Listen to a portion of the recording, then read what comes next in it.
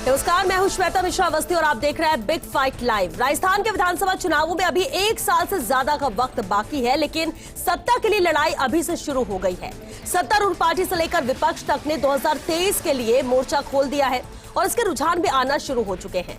राजस्थान में जहां कांग्रेस ने महंगाई के मुद्दे पर बीजेपी को घेरना शुरू कर दिया है, तो बीजेपी ने भी कांग्रेस सरकार को हटाने की रणनीति बनानी शुरू कर दी है। डोटासरा जहां बीजेपी और आरएसएस का खुलकर विरोध कर रहे हैं, तो बीजेपी ने भी अपने सभी सांसदों को सड़क पर उतरने के निर्देश दे दिए हैं। बहरहाल दोनों पार्टियां मैदान में हैं, लिहाजा देखना होगा कि अब सत्ता की सियासी पिच पर किसकी जीत होगी और किसकी हार।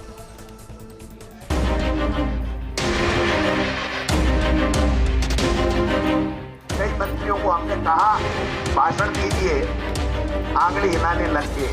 ये आंगली हिलाने का समय नहीं है। जब जिसको मौका मिले यहाँ मन से भी बोलिए, गांव में बोलिए, गली में बोलिए, सड़कों में बोलिए, प्रेस कॉन्फ्रेंस करिए।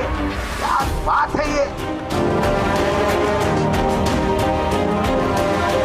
मुझे खेद है केंद्र सरकार का एक भी नुमाइंदा ऐसा नहीं है जिसने जनता के आंसू पहुंचने की कोशिश भी की हो। बीजेपी के लोगों, माफ नहीं करेगी मां बहन बेटी। खून के आंसू रो रहा है नौजवान। जन सेवा तो खास ही होती है हमेशा।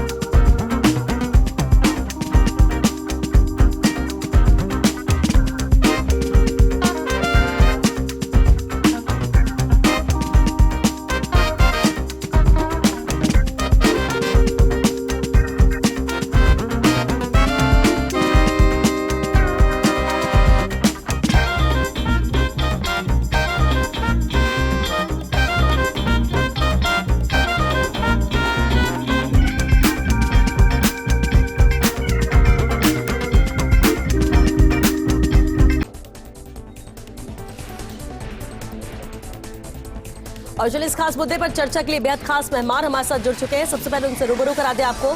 कांग्रेस विधायक प्रशांत बैरवा जी हमारे साथ है, बीजेपी प्रवक्ता पंकज जोशी जी भी शामिल हुए हैं इस चर्चा में, आप नेता अमित शर्मा जी भी चर्चा में शामिल हुए और साथ ही विषय विशेषज्ञ केसरी सिंह जी भी मौजूद है यहाँ पर। बहुत स्वागत है आप सभी का बिग फाइट लाइव में। शुरुआत पंकज जोशी जी आपसे ही करते हैं, क्योंकि आज कांग्रेस का भी हमने देखा प्रदर्शन और विरोध प्रदर्शन है नीतियों के खिलाफ बीजेपी की, केंद्र सरकार की, और महंगाई और तमाम मुद्दे हैं। तो दूसरी तरफ अब सांसदों को लेकर सवाल जरूर उठता था कि प्रदेश के 25 सांसद कहां हैं, और उन्होंने भी अब कमर कस ली। किस तरह की तैयारी 2023 के मद्देनजर है, जिसमें अब सांसद भी जुट चुके हैं? देखिए श्वेता, भारतीय जनता पार्टी तो लगातार तैयारी करती है, लगातार जो है इन चीज़ों को जो है उसमें रहती है। और सांसद कहाँ थे ये सब बताया। आज भी आपने सुबह पेपर देखा कि जो केंद्र सरकार का जो प्रधानमंत्री आवास योजना है, उसमें एक मकान पे 268 बार उसकी फोटो खींच करके उस पैसे का जो है किस तरीके से गबन है। तो ये तो एक छोटा सा उदाहरण है। जल जीवन मिशन में गबन आपने देखे, तो ये सब चीजें हैं। इन सब चीजों को लेकर के जो है हम जो है पूरी तैयारी पर हैं। जिस तरीके से करौली की घटना आपने देखी, करौली में जिस तरीके से तुष्टीकरण की नीतियों को अपनाया गया, जिस तरीके से जो है पूरे पुलिस प्रशासन की जो लिखी हुई FIR है, जिसको आज हमने प्रदर्शित किया, आज हमने प्रेस में जो है पुलिस की FIR भी दी, जो पुलिस ने लिखी, सरकारी डॉक्यूमेंट है, और हमने अपने जो कमेटी थी उसकी रिपोर्ट भी दी। लेकिन अभी तक जो है आप देखिए कि उसके अंदर जो है कांग्रेस की जो कमेटी गई थी, रिपोर्ट अभी सार्वजनिक नहीं की गई, और पुलिस पे अविश्वास और उनके विधायक पर विश्वास, ये जो है कांग्रेस की नीतियां हैं। तो लोगों को उस चीज़ की जो है सब चीज़ें जो है लोगों के सामने आ रही है। और रही बात आपने कहा कि कांग्रेस का, तो आपने खुद ने देखा कि आपने जो अभी जस्ट एक जो दिखाया उसमें जो है उनके जो PCC चीफ हैं वो अपने ही मंत्रियों पर और अपने ही जो विधायकों पर किस तरीके से भड़क रहे हैं, उसकी बानगी आपने देख ली। तो आते आते वक्त क्या होगा ये सब सामने दिखने लगेगा। चलिए प्रशांत जी से ही इसका जवाब लेते हैं। प्रशांत जी, बिल्कुल आज तारीफ भी हुई PCC चीफ गोविंद सिंह डोटासरा की, जो उन्होंने खरी खरी कही, बोलने ना देने पर, बोलने के लिए मना करने पर इनकार किया भाषण देने से। चलिए ये तो एक बात हुई, लेकिन आप लोग बार बार एक बात कहते थे कि बीजेपी की तरफ से विपक्ष की भूमिका नहीं निभा रहा है, सांसद कहां पर है, लेकिन बीजेपी के सांसद अब प्रदेश की जो सरकार है उसकी नीतियों के खिलाफ जनता के बीच जाएंगे। यानी सड़क पर आप लोग जहां केंद्र सरकार के विरोध में हैं, जो नीतियों के विरोध में हैं, जो महंगाई और बेरोजगारी जैसे मुद्दों के विरोध में हैं, और अब बीजेपी भी सामने है। देखिए, धन्य है कि बीजेपी के सारे सांसदों को सद्बुद्धि आई कि वो हम लोगों के जो हम गलत कर रहे हैं, कमी जो हम जो छोड़ रहे हैं, वो मुद्दा उठा रहे हैं। हम तो हमेशा ही, आपको मालूम है, पिछले 3 साल से कहते आए हैं कि सांसद कहाँ हैं, कहाँ गायब हो रहे हैं। कोई राजस्थान के लिए बेनिफिट उन्होंने दिया नहीं है। बड़ी बात ये निकल के आती है कि सांसद कर रहे हैं, बहुत अच्छी बात है, मगर उनको लीडरशिप लीड कौन करेगा, ये अभी तक उनको पता ही नहीं कि भाजपा के अंदर लीड कौन करने वाला है चीज़ के अंदर। और मैं समझता हूँ कि पूरे सांसद का टाइम निकल गया, मगर महंगाई पे कोई चर्चा नहीं की, किसी कोई ऑल पार्टी मीटिंग नहीं बुलाई इन्होंने। आप मुझे बताइए, कोई रिव्यू नहीं, मीटिंग्स नहीं ली इन्होंने। कौन कौन सी जो स्टेट की पॉलिसी चल रही है, सेंट्रल की चल रही है, वो बहुत बड़ा इसमें गैप आगे आ गया है। और ये खुद ही आपस के अंदर ही विरोधाभास करते आए हैं। और ये बात सच है, क्योंकि चुनाव के टाइम में इनको प्रचंड बहुमत मिला है, तो थोड़ा सा अभी 7वें आसमान पे भी हैं, मगर इनको ये नहीं मालूम चल रहा कि जो इनके नेता हैं उनमें कॉन्फ्लिक्ट बहुत ज़्यादा है। मैडम वसुंधरा को ये मानने को तैयार है नहीं, आई थिंक। लेकिन ये तो कहते हैं कि इनका तो एक ही चेहरा है, प्रधानमंत्री नरेंद्र मोदी, और हमें इतने चेहरे या इतने सीएम की जरूरत नहीं है, जो तय होगा वहीं से होगा। तो वो ये तो बोलते हैं कि हमारे लिए सब स्पष्ट है। बिल्कुल, ये मैं मानता हूँ कि नरेंद्र मोदी बड़े चेहरे हैं, और वो उनके आड़ में ये सारे के सारे अपने नेतागिरी को चमकाने का काम करते हैं। मगर हमारे पास भी हमारे लीडर हैं, हमारे माननीय मुख्यमंत्री जी हैं, जिन्होंने इतना अच्छा बजट दिया, इतना अच्छा गवर्नेंस चली है। मैं समझता हूँ कि नेशनल लेवल पे भी अशोक गहलोत साहब ऐसे चेहरे हैं जो कि खुले में जो कमियां हैं नरेंद्र मोदी जी की और अमित शाह जी की, वो उजागर करते हैं। मैं समझता हूँ आने वाले चुनाव में भी उनको बड़ी भूमिका रहेगी। और अच्छे लोकतंत्र के, मैं तो अच्छा मानता हूँ कि भाजपा वाले भी कोई अच्छा कर रहे हैं, तो लोकतंत्र के लिए मजबूती को मानता हूँ इस। ठीक है, अमित शर्मा जी हमारे साथ है, आप नेता है। अमित जी, आम आदमी पार्टी भी जिस तरह से जीत पंजाब में मिली है, उसके बाद भी बहुत ज्यादा उत्साहित है, फोकस राजस्थान पे कर रहे हैं, ये बार बार कहा जा रहा है। लेकिन आपके सामने भी बीजेपी कांग्रेस जैसी 2 मजबूत पार्टियां, और दोनों ही सड़क पर उतर चुकी हैं, दोनों ही तैयारियों में लग चुकी है 2023 को लेकर। आम आदमी पार्टी इसे कैसे देख रही है? हाँ, मैं आपको बताना चाहूँगा, अभी पिछली 27 तारीख को हम लोगों ने एक कॉन्क्लेव किया है, और राजस्थान के चुनाव प्रभारी श्री विनय मिश्रा जी, जो कि द्वारका से विधायक हैं, उनको बनाया गया है। और बहुत ही शानदार कॉन्क्लेव रहा हमारा, और पूरे राजस्थान के जो हमारे पदाधिकारी हैं वो सब उसमें शामिल हुए थे। और हमारी जो कार्य योजना है, अभी हम लोगों ने, आपने देखा कि पंजाब में किस तरह की शानदार जीत हमें मिली है, जनता का आशीर्वाद किस तरह से हमें मिला है। पंजाब और राजस्थान दोनों राज्य अलग अलग है, अगर उस कॉन्फिडेंस में कहीं यहाँ पर उतरना, ये ओवर कॉन्फिडेंस ना हो जाए, ऐसा नहीं लगता? देखिए, जिस दिन से एक आम आदमी अरविंद केजरीवाल सड़क पर उतरा था ना, उस दिन से उसको ये चैलेंज दिया जाता रहा है। हमारे जो स्वर्गीय अरुण जेटली साहब हैं, उन्होंने एक बात कही थी कि अगर आम आदमी पार्टी 4 सीटें भी चुनाव जीत जाए ना, तो मैं राजनीति छोड़ दूंगा। और उससे पहले कपिल सिब्बल साहब, उन सब लोगों ने कहा था कि अगर आपको अपने अधिकार चाहिए तो संसद के अंदर आओ, विधानसभा के अंदर आओ, बाहर सड़क पे हल्ला मचाने से कोई मतलब नहीं है। और आज ये स्थिति हो गई है कि वही भाजपा जो है दिल्ली के अंदर एमसीडी चुनाव नहीं करा रही है। पंजाब के अंदर भाजपा की क्या स्थिति रही, 70 से ज़्यादा सीटों पर इनकी जमानतें जब्त हुई है। कांग्रेस की क्या स्थिति रही, इनके जो बहुत बड़ा चेहरा जिनको चन्नी साहब को बताया जा रहा था, उनकी क्या स्थिति रही है, दोनों सीटों से चुनाव आ रहे हैं। तो हम लोग आम आदमी हैं, हमारा जैसा महात्मा गांधी जी ने कहा था कि पहले वो आपकी मजाक बनाएंगे, फिर वो आपके ऊपर गुस्सा करेंगे, और अंत में आप जीत जाओगे। तो वही हमारी स्थिति चल रही है। तो इनकी उत्तराखंड के अंदर और गोवा के अंदर भी कांग्रेस विधायक साहब, आप ये बात बोल रहे हैं, अच्छा है, क्योंकि अब नए राज्य नहीं, कॉन्फिडेंस अच्छा है, कॉन्फिडेंस अच्छा है कि एक जीत के बाद उत्साहित भी होते हैं और बेहतर करने की कोशिश दूसरे राज्यों में भी, राजस्थान पर भी फोकस है। अच्छी शुरुआत हम कह सकते हैं, कामयाबी मिलना ना मिलना वो बात की बात है। केसरी सिंह जी भी हमारे साथ विषय विशेषज्ञ। केसरी सिंह जी, कांग्रेस सड़कों पर उतर रही है, बीजेपी के सांसद सड़कों पर उतर रहे हैं, 2023 पर सबका फोकस है, लेकिन एक बात जरूर समझना चाहेंगे, अपनी उपलब्धि से ज्यादा फोकस जनता के बीच में जाकर सामने वाले की नाकामी बताने पर क्यों होता है? क्या इससे ज्यादा फायदा मिलता है? बिल्कुल सही कहा आपने बेसिकली पहले सवाल में सब कुछ कंक्लूड कर दिया है। हो क्या रहा है कि इनके पास में ओवरऑल अगर हम स्टार प्लेयर्स की बात करें तो वो बहुत लिमिटेड हैं, और जो छोटे मोटे इन्होंने अपने स्टार प्लेयर्स बनाने की कोशिश की है, वो कहीं ना कहीं उनमें छोटे मोटे दाग लगे हुए। तो अब क्या है, ये दूसरे की अब ये जो चुनाव इस बार जिस दिशा में बढ़ रहा है, आगे जाके भगवान करे लोकतंत्र के हिसाब से चले, बट आगे जाके अभी जो चुनाव बढ़ रहा है, ये चुनाव अपनी शक्तियों को प्रदर्शित करने का, अपने काम को प्रदर्शित करने का नहीं बढ़ रहा है। अब ये चुनाव बढ़ रहा है एक दूसरों की गलतियां गिनाने का, कि ये देखो मैं गलत हूं मगर ये मुझसे ज्यादा गलत है। ये जो ज्यादा गलत वाली राजनीति को पकड़ के ये लोग चले हैं और ये इस तरह का जो एक दूसरे पे ब्लेम लगा रहे हैं। जब हम समीकरणों की बात करेंगे तब मैं आपको इसको डिटेल में समझाऊंगा, मगर अभी जो दिशा है इस चुनाव की वो गलतियों को लेकर नेगेटिविटी वाली डायरेक्शन में ये चुनाव ये तैयारी चल रही है, जो मेरे हिसाब से प्रदेश की जनता के लिए और हमारे लिए सही तो नहीं है। तो फायदा इससे मिलेगा किसको, और क्या जनता भी तो ये समझ रही होगी? भले अभी 2023 के चुनाव में वक्त है, 1.5 साल से ज्यादा का वक्त है, लेकिन जिस तरह से फोकस ये दोनों ही पार्टियां कर रही हैं, दिग्गज कर रहे हैं। आप मुझे अगर थोड़ा सा 1 मिनट का समय दें तो आप थोड़ा 2018 में पीछे जाके देखिए, करीब 1,40,19,000 वोट कांग्रेस को मिले और 1,38,29,000 के आसपास वोट बीजेपी को मिले। दोनों के बीच में करीब 1,80,000 वोटों का फर्क था और 200 सीटें इधर से उधर हो गई, पहली बात। दूसरी बात, नोटा में करीब 4,68,000 वोट तो नोटा में गिर गए। इन दोनों पार्टियों के डिफरेंस जितने थे उससे 9 गुना ज्यादा वोट बाकी अन्य पार्टियां और निर्दलीय ले गए। तो कहने का मतलब इस बार और उसके बाद में कोई बहुत ज्यादा फर्क नहीं पड़ा है। उस टाइम वसुंधरा राजे एक बड़ा चेहरा थी, आज की तारीख में चेहरा नहीं है। उस तरफ एक बहुत बड़ा खेमा पायलट साहब के पीछे आया था वोट देने के लिए, आज की तारीख में पायलट साहब गौण हो गए हैं और मुख्यमंत्री जी अग्रणी है। उसके हिसाब से आप देखें पिछली बार अगर गुर्जरों की बात करें तो बीजेपी की तरफ से कोई गुर्जरों का सीट ही नहीं निकाल पाए थे और कांग्रेस के पास 5 गुर्जरों की सीट थी। तो ये बहुत सारी चीजें अगर हम बैलेंस करके चलते हैं तो प्लस माइनस में बहुत ज्यादा फर्क नहीं पड़ा है।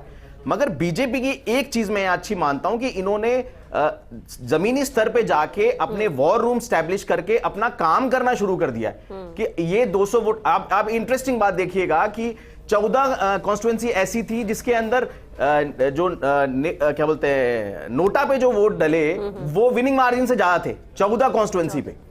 तो अब इन चीजों के ऊपर बीजेपी, मैं जिनसे बात करता हूं मेरे मित्रों से, वो फोकस कर रहे हैं। उन्होंने एक वॉर रूम स्टैब्लिश कर लिया है, वो बड़े जिम्मेदारी तरीके से चुनाव की तैयारियों में लगे। ये चीजें अभी कांग्रेस से वो वाली वाइब्स मिलना शुरू नहीं हुई है। तो ये मुझे लग रहा है बीजेपी के पास इस चीज के मामले में एक एडवांटेज है। ठीक है प्रशांत भैरवत जी, अगर हम केसरी सिंह जी की बात को माने तो ऐसे में तो प्लस में अभी बीजेपी चल रही तैयारियों में भी देखा जाए तो, या फोकस है क्योंकि सत्ता में नहीं है और सत्ता में आना है। कांग्रेस का क्या उतना कॉन्फिडेंस है? ये कांग्रेस की तैयारी वैसी है? देखिए कैसे नहीं है, आप ये देखिए हमारी पार्टी 70 साल की है, ऐसी कोई बात नहीं है।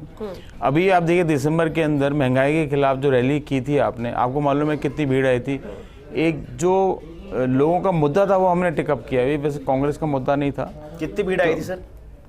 वो आप देख लो कितनी भीड़ आई थी, और बीजेपी ने कितने प्रदर्शन किए वो देख लो आप कितनी भीड़ आई है। बात प्रदर्शन सबको पता है। बात यह है कि जो हम वॉर रूम जब एस्टैब्लिश करते हैं, हमारे समीकरणों के चुनाव बन गए हैं। आप मेरे हिसाब से बीजेपी के हिसाब से तो नहीं बोल रहे, बीजेपी के हिसाब से बिल्कुल नहीं। तो उनको वो बोलेंगे कितने वॉर रूम बनाए उन्होंने और हम कितने हमने मठ बनाए, वो तो हम हमारे पे छोड़ दीजिए। हमारी स्ट्रैटेजी अलग है, हमारी पार्टी में विचारधारा में फर्क है। हम अलग तरह से काम करते हैं, वो अलग तरह से काम करते हैं। बेसिक डिफरेंस हो सकता है हमारी विचारधारा, मगर लोगों को मदद करने के लिए ही दोनों पार्टियां बनी हैं। अप्रोच कुछ भी हो सकती है, हमारी प्लानिंग पूरी है। हमने जो इतना अच्छा बजट दिया है गांव में जाने का, अभी हमारे पास 17 महीने हैं और इतनी नेगेटिविटी आमूमन आ जाती है। किसी भी आप गवर्नमेंट को उठा के देखेंगे, जैसे हम गांव में भी जाते हैं तो हमारे को पॉजिटिविटी मिलती है। इलेक्शन में क्या रिजल्ट है वो अलग बात है, नहीं तो 3 साल के बाद तो एमएलए के विधायकों के खिलाफ तो बहुत जनता अगेंस्ट हो जाती है, क्योंकि महत्वाकांक्षा बहुत हो जाती है, जरूरतें बहुत हो जाती हैं। जा रही है बिल्कुल, ये बात बार बार कहीं भी जा रही है पंकज जोशी जी की एंटी इनकम्बेंसी दिखनी चाहिए, लेकिन वो नहीं दिख रही है। तो ऐसे में बीजेपी उतनी मजबूती के साथ अब तक आ नहीं पाई है। क्या ऐसे में फिर से एक बार बीजेपी एक बार कांग्रेस वाला जो कॉन्सेप्ट चलता आ रहा है, जनता जिस पर ऐसे भरोसा देती है और मौका देती है, वो क्या इस बार नहीं मिलेगा? देखिए श्वेता, मैंने कहा कि आपके डिबेट में मैं शायद लगातार रहा था, यूपी के डिबेट में लगातार रहा था, और उत्तराखंड को देखकर तो जो है बहुत ज्यादा लोग उत्साहित थे। अभी प्रशांत भैरवत जी विधायक भी हैं और मुख्यमंत्री के बारे में कहा कि नेशनल नेता है। मुझे बताइए, नेशनल लीडर उन 5 राज्यों के चुनाव में कभी कहीं दिखाई नहीं दिए? प्रियंका जी के साथ कहीं दिखाई दिए या कहीं पायलट साहब के इसलिए दिखाई दिए?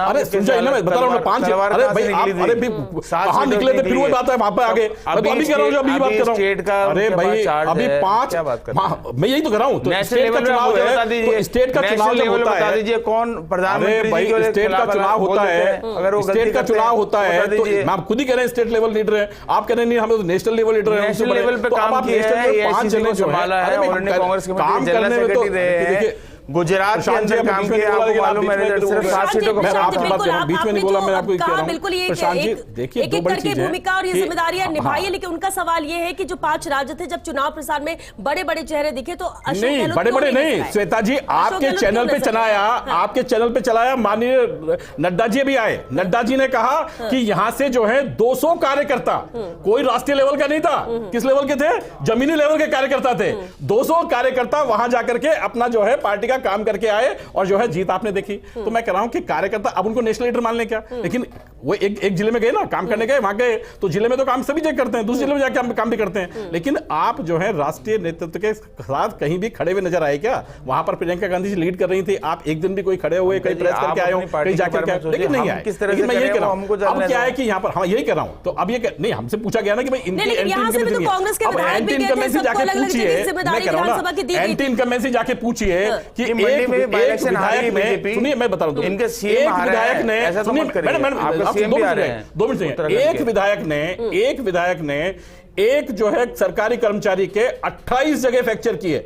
मुख्यमंत्री जी जो ऑर्थोपेडिक से बड़े बड़े डॉक्टर मानता हूं मैं तो उनको, उन्होंने अगले दिन अपने उसमें कहते हैं कि केवल 8 फ्रैक्चर हुए। सुन जाइए 8 फ्रैक्चर हुए। और मैं बता रहा हूं, देखिए सुन जाइए, जनता पूछती है ये मुद्दा उठेगा। नहीं, मुद्दा तो सब उठेंगे कि झूठ बोलते हैं सच बोलते हैं, मुद्दे तो सब उठेंगे कि आप जो है जिस डॉक्टर ने फ्रैक्चर किए, करोड़ों नौकरी देने के बाद मुद्दा उठाया, सुनिए मोदी जी ने कहा था कि करोड़ के अगले दिन जो है खाते में, ये जुमला है कि झूठ बोला है, लोगों के भविष्य का चुनाव और इस लेवल की बातें, मुझे नहीं लगता ये प्रदेश दोनों पार्टियां सही डायरेक्शन में ले जा रही देखिए क्या सर, क्या सरकार का कर्मचारी की आप जो 28 जगह फ्रैक्चर कर देंगे और उसके बाद आज तक गिरफ्तारी नहीं होगी है? ये लॉ एंड ऑर्डर क्या करौली के अंदर नहीं, करौली के अंदर जो है, करौली के अंदर जो है जिस तरीके से आपने जो है बहुसंख्यक समाज को मारा गया है, आप मुझे बताइए दी हुई परमिशन पे मारा गया है, उस पर चुनाव नहीं होगा, बाकी लोगों पे नहीं होगा चुनाव? कैसी बातें कर रहे हो? जब होगा तब कहेंगे कि साहब आप जो है केवल आकर के जो है इन चीजों को जो करते हैं और फिर जो है बेहुदा जो है आरोप लगाते हैं। आराम से बात केसरी जी, हाँ मैं ये कह रहा था कि 8.5 करोड़ हो जाएगी हमारी जनसंख्या अभी, उसमें से 47% तो हमारे युवा हैं जो 25 साल से नीचे हैं। इतनी बड़ी जनसंख्या और हम लोग इनके भविष्य की बात कर रहे हैं, हम बाहर से इन्वेस्टमेंट की बात कर रहे हैं, इंडस्ट्री की बात कर रहे हैं, और जैसे ही इन दोनों पॉलिटिकल पार्टीज के पास जाके हम किसी चुनावी समीकरण की बात करते हैं तो ये इतने लेवल पे इस पे आ जाते हैं कि इन्होंने ये कर दिया, इन्होंने ये इतनी सी चीज कर दी, इन्होंने कि विधायक पे कर दिया। अभी आज की तारीख में बात होनी चाहिए घोषणा पत्र पे, आज की तारीख में बात होनी चाहिए कि आपने क्या क्रियान्वयन कर दिया। देखिए कांग्रेस के पास में एक बहुत अच्छा पॉइंट है जो मैं उनके इस बात का फेवर करता हूं कि बजट आम आदमी के हिसाब से बहुत अच्छा था, मगर क्या उस बजट को या क्रियान्वयन कर पाएंगे, क्या एक साल में उसको इंप्लीमेंट कर पाएंगे, वो टीम नहीं दिखाई देती। आज की तारीख में कांग्रेस की तरफ देखो तो सिर्फ एक मुख्यमंत्री जी दिखाई देते हैं, बाकी सारे गौण दिखाई देते हैं, और बीजेपी में देखो तो सारे मुख्यमंत्री दिखाई देते हैं। अब ये कहानी ये हो रखी है कि इस तरह का कंफ्यूजन है और ब्लेम गेम चल रहा है। तो मैं तो इन दोनों पार्टियों से निवेदन करूंगा कि सर हम 8.5 करोड़ लोग आपकी तरफ देख रहे हैं, प्लीज ऐसे मत करो और एक मेच्योरिटी के साथ में हमारे सामने आओ ताकि हम डिसीजन ले सके, वरना वही कंफ्यूजन होगा, वही प्लस माइनस होगा और उसी में से एक सरकार बना ली जाएगी। केसरी सिंह जी राजस्थान का एक पीएसयू बता दीजिए प्रॉफिट में, जो अभी बताइए ना, आपने बजट देना, अभी बताइए, मैं बताता हूं आपको, मैं बताता हूं केंद्र का, मैं बताता हूं,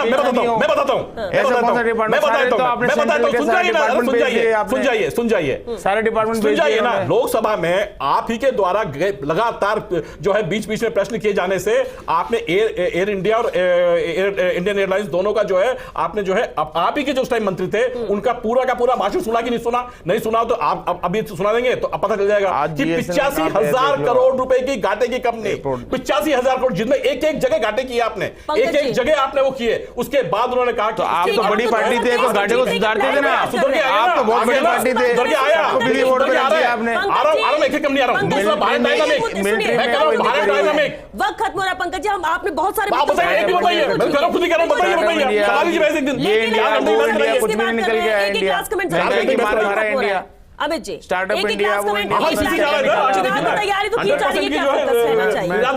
मैं केसरी सिंह जी ने जो भी स्टेटमेंट दिया उस पर कहना चाहूँगा कि दर्शकों से भी मैं कहना चाहूँगा कि भाजपा और कांग्रेस की जो राजनीति है वो जनता सालों से देख रही है, इन्होंने क्या किया क्या नहीं किया। केंद्र में सत्ता पर आसीन जो मोदी सरकार है वो किन अपनी खुद की उपलब्धियां गिनाने की जगह पिछली सरकार की विफलताएं गिना रही है। राजस्थान के अंदर स्थिति है कि सरकार जो खुद महंगाई कंट्रोल कर सकती है, पेट्रोल डीजल पे वैट कम कर सकती है, बिजली के दाम कम करके जनता को राहत दिला सकती है, वो कांग्रेस सरकार और वो गहलोत साहब जो है सड़क पर उतर रहे हैं। वो एक सेकंड में एक बार कंप्लीट कर लूं, वो सड़क पर उतर रहे हैं। तो आम आदमी पार्टी एक ऐसा ऑप्शन है, ऐसा विकल्प है जनता के सामने। दिल्ली और पंजाब का मॉडल जनता के सामने। आम आदमी पार्टी को जनता ने कितना चाहा आपने देख लिया पिछले इलेक्शनों के अंदर। इतिहास गवाह दिल्ली में और पंजाब में जो है इतिहास गवाह, कभी ऐसा नहीं हुआ। हमारी नीतियां देख लीजिए आप, हमारे बजट देख लीजिए किस तरह से हम चल रहे हैं। जो हमारे घोषणा पत्र में था उसमें कम से कम 70% हमने जो घोषणाएं की थी उनको पूरा करवाने की है। 28,000 बच्चे गवर्नमेंट हॉस्टल पे खड़े हुए हैं, बैठे हुए हैं, भूखे प्यासे, ये आपकी उपलब्धि है। वक्त खत्म हो रहा है। 3,500-4,000 अभी जाके देखिए, वहां पर ये आपकी उपलब्धि है। संवेदनहीन सरकार जाके 8 करोड़ की जनता है, 8 करोड़ क्या उपलब्धि है? आप सरकार के अंदर है, उपलब्धि आपको दी जाएगी। उपलब्धि है कैसे नहीं है? संवेदनहीन सरकार छोड़ दिया हमने, उपलब्धि कौन से भारतीय जनता पार्टी हर एक चीज पर जो है आगे बढ़ते हुए लगातार अपने कामों के आधार पर, लगातार गरीबों की सेवा के आधार पर, सामाजिक न्याय के आधार पर हम लगातार उन चीजों पर जा रहे हैं। और लगातार जो है भारतीय जनता पार्टी को अभी आपने देखा 4 राज्यों के अंदर लगातार एक लास्ट कमेंट दे दीजिए, क्योंकि यहाँ पर सब एक दूसरे की खामियां जरूर बता रहे हैं, लेकिन सवाल है कि 2023 में क्या ऐसे ही जाएंगे, ऐसे खामियों के साथ जाएंगे? आप देखना अगले 17-18 महीने भी ऐसे ढोल बजाते बजाते ही जाएंगे। मेन कहानी ये है, पॉजिटिव पॉइंट कांग्रेस की ये है कि इनकी नीतियां अच्छी थी, इंप्लीमेंटेशन बहुत वीक था क्योंकि इनके इंटरनली बड़ी सारी प्रॉब्लम्स रही हैं। बीजेपी की जब बात करते हैं तो बीजेपी का क्योंकि सेंट्रल नेतृत्व काफी तगड़ा है, उसमें कोई शक नहीं है, मगर यहां पर इनके बीच में वही कांग्रेस वाला हाल हो गया है। अभी इंटरनल घमासान हो गया है, अभी पार्टियां उसमें टूट गई हैं और ये गलतियां गिनाने में लगे। ये अपना कोई पिक्चर क्लियर लेकर नहीं आए कि सब ये हम ये करेंगे, ये करेंगे, ये करेंगे। और अगर आपकी बात करें तो अब वो सेम फॉर्मूला जो आपने दिल्ली में लगाया था, जो आपने पंजाब में लगाया, अब वो सेम अपीजमेंट वाला फॉर्मूला अगले अगस्त में आप एक इतनी लंबी लिस्ट देख लेना, उसमें ये आ जाएगा, ये फ्री, ये फ्री, ये फ्री। अब ये ना ये बहुत स्टीरियोटाइप हो गया। अब ये जो सिस्टम है ये बहुत ज्यादा स्टीरियोटाइप हो गया। और अब हम जब युवाओं से इंटरेक्ट करते हैं, उनके साथ बैठते हैं, तो वो कहते हैं साहब हमें आप शामिल करो, हमें 10 लोगों के साथ हमें बिठाओ और इनको बोलो मुद्दों पे आओ, पॉइंट्स पे आओ, गलतियां मत गिनाओ। ठीक है, ठीक है, क्योंकि वक्त खत्म हो चुका। बहुत शुक्रिया आप सभी का इस चर्चा में शामिल होने के लिए। तो सियासी पिच पर नेताजी का प्रचार हो रहा है और प्रचार के लिए तैयार है, फिर चाहे वो बीजेपी हो या कांग्रेस हो। लेकिन सवाल ये उठता है कि आखिर जनता के बीच में क्या लेकर पहुंचने वाले हैं? मुद्दे लेकर जाएंगे, क्या बेहतर होना चाहिए वो जाएंगे, या फिर एक दूसरे की खामियां लेकर ही पहुंचेंगे कि इन्होंने ये नहीं किया या क्या करना चाहिए? सवाल तो ये उठता है कि आपका क्या रोड मैप रहने वाला है, आप किस तरह से और बेहतर करने की कोशिश करेंगे और क्यों जनता आपके साथ जाए। इसे लेकर अगर भरोसा जीत लेते हैं तो जनता को जीत लेंगे और शायद चुनाव भी जीत लेंगे, लेकिन उससे पहले मेहनत सबको बहुत करनी होगी। देखते हैं किसकी मेहनत रंग लाती है। चलिए, इसी के साथ दीजिए इजाजत। नमस्कार।